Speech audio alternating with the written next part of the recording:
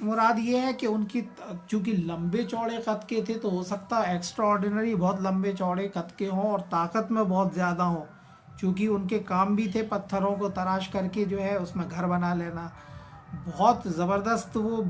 Buildings بناتے تھے۔ اب سوچو آپ کہ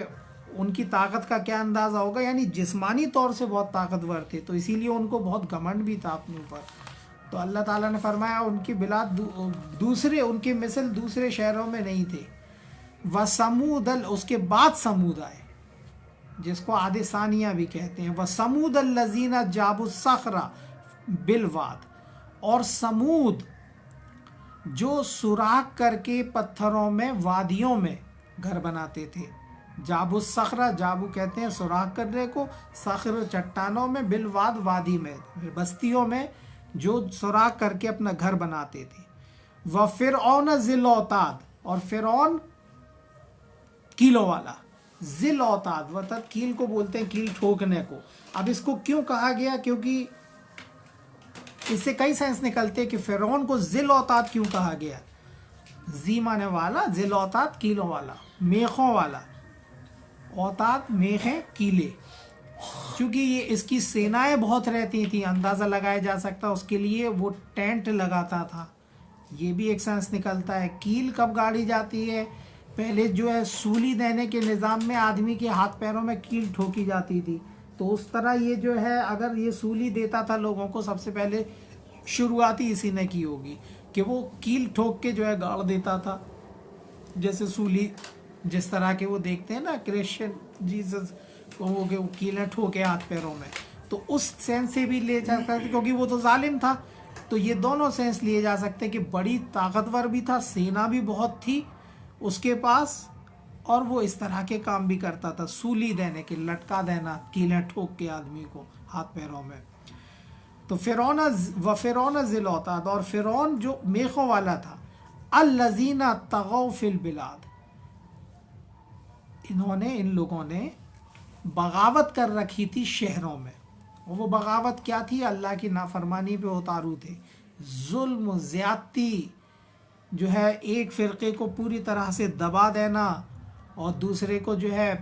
وہ ان کی جو پالیسیز تھیں وہ لوگوں کے لیے بہت زیادہ خطرناک تھی۔ تو اللہ تعالیٰ نے شروع میں فرمایا کہ فجر کی قسم، یعنی حق سے باطل کی طرف وہ وٹنس کے طور پہ پیش کیا گیا، اور پھر اس میں تاریکی کا مل جانا، اور شفا اور وتر کی قسم، یعنی خالق اور مخلوق بھی لیے جا سکتے ہیں، یا دوسرے سینس میں شفا انٹرسیشن کو بولتے ہیں، شفاعت، اور وتر ہانی لاس کے لیے آتا ہے، یعنی فائدہ اور گھاٹا جو ہوتا ہے، پھر اس کے بعد فائدہ تو لوگوں کو دکھتا ہے، وہ ہوتا نہیں ہے لیکن گھاٹا ضرور ہوتا ہے، اور جب وہ تاریکی پھیل جائے سب پر، واللیل اذا یسر، یسر آنا جانا، تو پھر اللہ نے فرمایا تھا کہ کیا ان حالات میں عقل والوں کے لیے تقسیم، ڈویژن ہو جانا، ان کا الگ الگ وبھید ہو جانا یہ نہیں دکھتا ہے؟ حل فی ذالک قسم، ان قسم میں، اس تقسیم میں، اس ڈویژن میں عقل والوں کے لیے ہے کوئی جواز؟ الم تری کیف فعل ربک بعاد، تو کیا تم نے نہیں دیکھا کہ آپ کے رب نے عاد کے ساتھ کیا کیا؟ ارم ذات العماد، جو ارم ستونوں والے تھے، التی لم یخلق مثلها فی البلاد، جن کے مثل کوئی شہر میں دوسرا نہیں تھا۔ وَثَمُودَ الَّذِينَ جَابُوا الصَّخْرَ بِالْوَادِ، اور سمود جو سوراخ کر کے چٹانوں میں اپنے مکان بناتے تھے، وادیوں میں، بستیوں میں۔ وَفِرْعَوْنَ ذِی الْأَوْتَادِ، اور فرعون جو میخوں والا تھا، الَّذِينَ طَغَوْا فِی الْبِلَادِ، ان لوگوں نے سرکشی کر رکھی تھی شہر میں۔ فَأَكْثَرُوا فِيهَا الْفَسَادَ، اور اکثر اس میں فساد ہوتا تھا۔ جو ان کی پالیسیز تھی وہ اتنی فساد والی تھی کہ اس میں جو ہے بستیوں میں فساد ہو جاتا تھا، فساد ہوتا تھا۔ فساد تو ویسے بھی اللہ کی نافرمانی اور شرک کرنا تو فساد کو کہا ہے قرآن نے پیچھے۔ فصب، تو برس، سبا مانے برس پڑنا، انڈیل دینا۔ فصب علیہم ربک صوت العذاب، تو تیرے رب کے عذاب کا کوڑا ان پر پڑ گیا، ان سب پر۔ وہ کوڑا پڑنے کی اسٹائل شروع سے قرآن نے دی ہے کہ اللہ کے عذاب آنے کی کیا کیا سمٹمز رہتے ہیں جو دیکھے جا سکتے ہیں اور آج بھی دیکھے جا سکتے ہیں، کہ پھر اللہ نے فرمایا کہ ان پر تیرے رب کے سخت کوڑے کا عذاب جو ہے ان پر پل پڑا۔ ان ربک لبالمرصاد، اور آپ کا رب تو مرصاد میں ہے۔ رصد کہتے ہیں اویٹنگ، انتظار میں، گھات میں لگے رہنا۔ وہ تو واچفل ہے، دیکھ رہا ہے کہ کہاں کس کی کیا غلطی ہوتی ہے، ایک وقت کے بعد پھر عذاب کا کوڑا اس پہ پڑ جاتا۔ لبالمرصاد۔ فَأَمَّا الْإِنسَانُ إِذَا مَا ابْتَلَاهُ رَبُّهُ فَأَكْرَمَهُ وَنَعَمَهُ۔ اب یہاں پر ایک سوچ بہت زبردست ہدایت قرآن نے دی ہے، ہم سنیں اس کو، کہ اللہ رب العزت نے بتایا کہ آخر اس کی وجہ کیا ہوتی ہے کہ یہ نافرمانی کی، اور پھر عذاب کے کوڑا جو پڑتا ہے اس کی کیا وجہ ہے۔ فَأَمَّا الْإِنسَانُ إِذَا مَا ابْتَلَاهُ رَبُّهُ، تو جب انسان کو اس کا رب آزماتا ہے، بلا مانے آزمائش، بلا آزمائش، مبتلا ابتلا کرتا ہے، مبتلا کرتا اس میں، اسے آزماتا ہے، رب بہو اس کا رب، اذا مبتلا رب بہو اس کا رب اسے آزماتا ہے، فاکرمہ ونعمہ، کیا کر کے اس کو اکرام دے کے اور عزت دے کے، نعمت دے کے اور اکرام عزت دے کے، اکرام دے کے اور نعمت دے کے اس کو جب وہ آزماتا ہے اس کا رب، فیقول ربی اکرمن، تو کیا اٹھتا ہے کہ میرے رب نے میرا کرم، مجھ پر کرم کر دیا، میرے رب کا مجھ پر کرم ہو گیا۔ اب آپ دیکھ رہے سوچ، اللہ تو آزما رہا ہے اس کو مال دے کے، عزت دے کے، اور وہ یہ نہیں کہہ رہا ہے کہ یہ آزمائش کی چیز ہے، بلکہ وہ کیا سوچ بنائی اس نے کہ ارے اللہ کا بڑا احسان ہو گیا ہم پہ، ہمارے پاس مال دولت آ گئی۔ یہ سوچ بہت گھاتک ہو جاتی ہے آدمی کو، جو یہ سوچتا ہے کہ جس کے پاس مال دولت زیادہ ہے، عیش و آرام زیادہ ہے، تو اللہ کا اس پر بہت عنایت ہے، اللہ اس سے خوش ہے۔ خوش نہیں ہے، وہ تو آزما رہا دیکھ کے۔ اس نے یہ نہیں کہا کہ اللہ تعالیٰ نے فرمایا کہ جب ہم اس کو خوش ہو کے اس کو نعمتیں دے دیتے، خوش ہو کے نہیں، اس کو پرکھنے کے لیے اس کے پاس نعمتیں آتی ہیں اور اس کی عزت ہوتی ہے، فاکرمہ، تو وہ کہتا ہے کہ اللہ نے مجھے اکرام کیا۔ اب اس کی سوچ یہ ہے کہ اللہ اس سے خوش ہو گیا، اسی لیے اس کو بہت آسانی اور عیش عشرت اور سارے سامان اس کے جو ہے، عزت بھی اور نعمتیں بھی اس کو مل گئیں۔ وَأَمَّا إِذَا مَا ابْتَلَاهُ فَقَدَرَ عَلَيْهِ رِزْقَهُ، اور جب اس کو پرکھا جاتا ہے، اس کو مبتلا کیا جاتا ہے، اس کا رزق مقدر کر کے، فکس کر کے، کم کر کے، علیہ رزقہ، اس کے رزق میں کمی کر کے اس کو جب آزمایا جاتا ہے، فیقول، تو کہتا ہے ربی اہانن، میرے رب نے مجھے ذلیل کر دیا، اہانن۔ اب دیکھو یہاں پہ بھی اس کی سوچ گڑبڑ ہے، مطلب دونوں ٹائپ کے لوگوں کی سوچ بتا دی کہ جب پیسہ دیتے ہیں تو کہتا ہے میرے رب نے مجھے عزت دی، اکرام کیا میرا، اور جب ہم جو ہے اس کا رزق کم کر دیتے ہیں، دنیاوی حساب تھوڑا گڑبڑ جاتا ہے، رزق میں کمی آتی ہے، تو کہتا ہے میرے رب نے مجھے ذلیل کر دیا۔ پہلی بات تو کہ اللہ تعالیٰ کی اس دنیا کی دین سے یہ نہیں سمجھنا چاہیے کہ کسی کے پاس کوئی دھنا سیٹھ ہو گیا تو اللہ اس سے بہت خوش ہے، یا کوئی پریشانی کے حال میں زندگی گزار رہا تو اللہ اس سے ناراض ہے، ایسا نہیں ہوتا ہے۔ یہاں تو پرکھ ہے، دینے میں بھی اور چھین لینے میں بھی، نہ دینے میں بھی پرکھ ہے اور لینے میں بھی اللہ کی، اور دینے میں بھی، دونوں میں پرکھا جا رہا آدمی۔ وہ یہ نہ سمجھے کہ دینے سے اللہ تعالیٰ کی دین آ گئی تو وہ آزمائش تو ہو رہی نا، یہاں ریزلٹس تو آئے گا نہیں، آزمائش ہوگی جس طریقے سے آپ کا رب آپ کو پرکھ لے۔ ہو سکتا بہت کڑی آزمائش لے لے، ہو سکتا مال دینے کے بعد بہت کڑی آزمائش ہو جاتی ہے آدمی کی، ہو سکتا مال نہ دینے کے بعد، غریب رہنے کے بعد اس کی کڑی آزمائش ہو۔ آزمائش کے یہ تو طور طریقے ہیں، اس میں انسان کیسے اس کو لیتا ہے یہ سمجھنا ہے۔ آگے اسی لیے فرمایا کلا، ہرگز نہیں، ایسی بات نہیں ہے، اللہ نے کہا یہ کوئی خوشی اور ناخوشی کی بات نہیں ہے کہ رب راضی ہے تو دے دیا تو رب راضی ہے، اس سے سمجھ لو کہ کوئی دھنا سیٹ ہے تو اللہ اس سے خوش ہے، تبھی تو دیکھو اس کو دنیا میں کتنے جو ہے مال دولت دی۔ اس پہ ڈیسیزن نہیں ہے خوش کا،